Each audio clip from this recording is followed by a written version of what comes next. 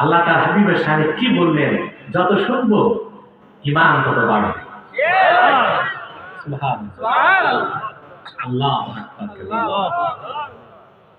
রাসূলুল্লাহর শানে কথা বলার সাধ্য কি আমাদের আছে?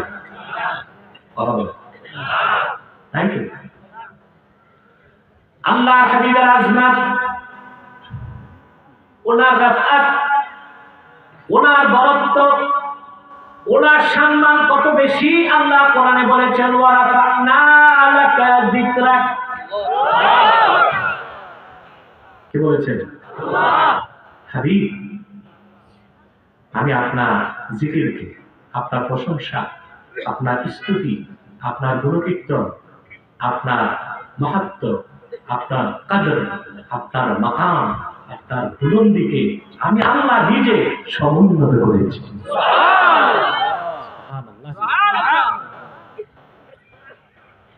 এই আয়াতের তাফসীর করার কোনো ক্ষমতা আমাদের নাই। অবাক হবেন, এই আয়াতের তাফসীর আবার আল্লাহ নিজে করে দিয়েছেন।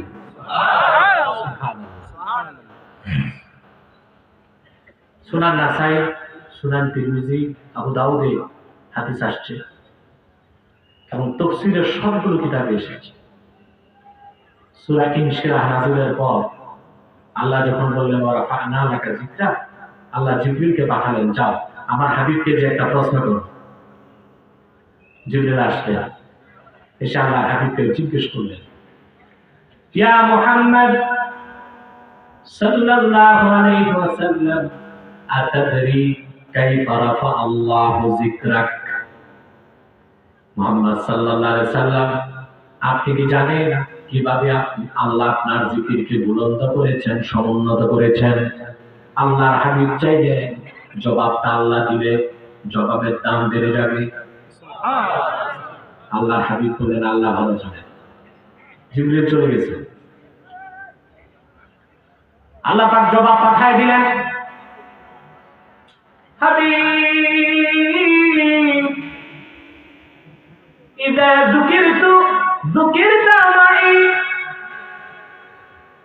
কিন্তু লোকে ভুলোকে, জলে আর স্থলে, আকাশে, লৌহ কলমে, আকাশে আসবে, যখনই আমি আল্লাহ জিকির হয় সঙ্গে আপনি হাবিবের জিকির হয়ে যান।